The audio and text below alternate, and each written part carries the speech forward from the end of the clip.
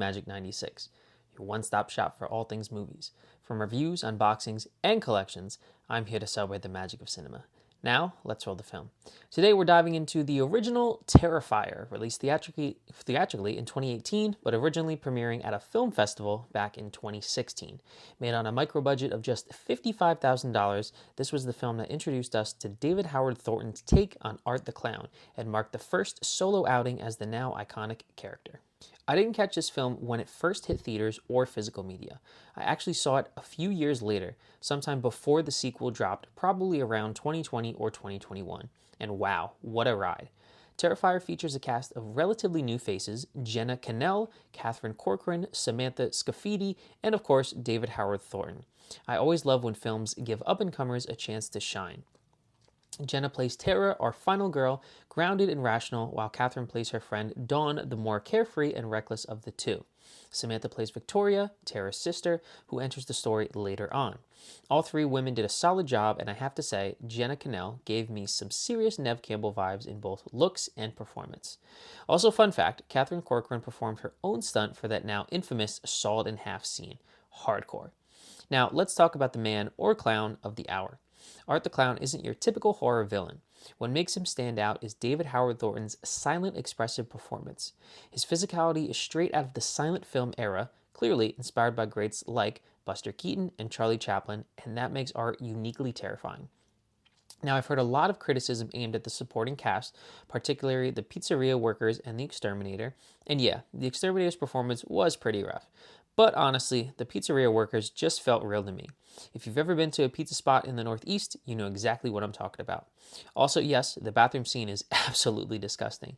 Vomit and shit are never easy on my stomach, and Terrifier leans hard into the gross out factor. So be warned. As for the plot, well, there isn't really one. It's pretty bare bones. We follow two girls heading home after a party, and things spiral into pure chaos. Around the 46-minute mark, both Tara and Dawn are dead, which forces the film to introduce new characters midway through, and that can throw off the pacing a bit. But that grindhouse 70s slasher vibe, that's the point. This film wears its influences proudly, and if you're into the grimy, no-rules aesthetic, you'll probably love it.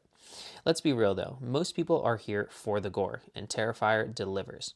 The sawed-in-half scene, unforgettable.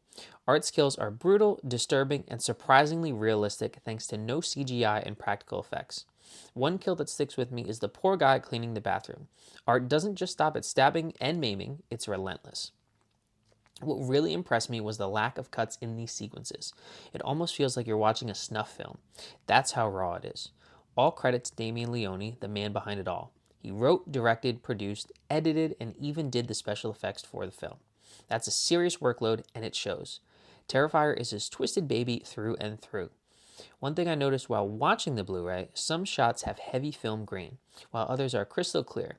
I'm not sure if the newer 4K releases have cleaned that up, or if it was a stylistic choice, but it did stand out to me.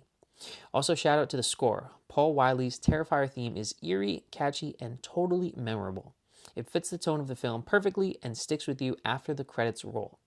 Terrifier definitely has its flaws, a loose plot, pacing issues, and some questionable acting, but it also has killer practical effects, a haunting villain, a standout score, and a director who wore just about every hat possible to bring his vision to life.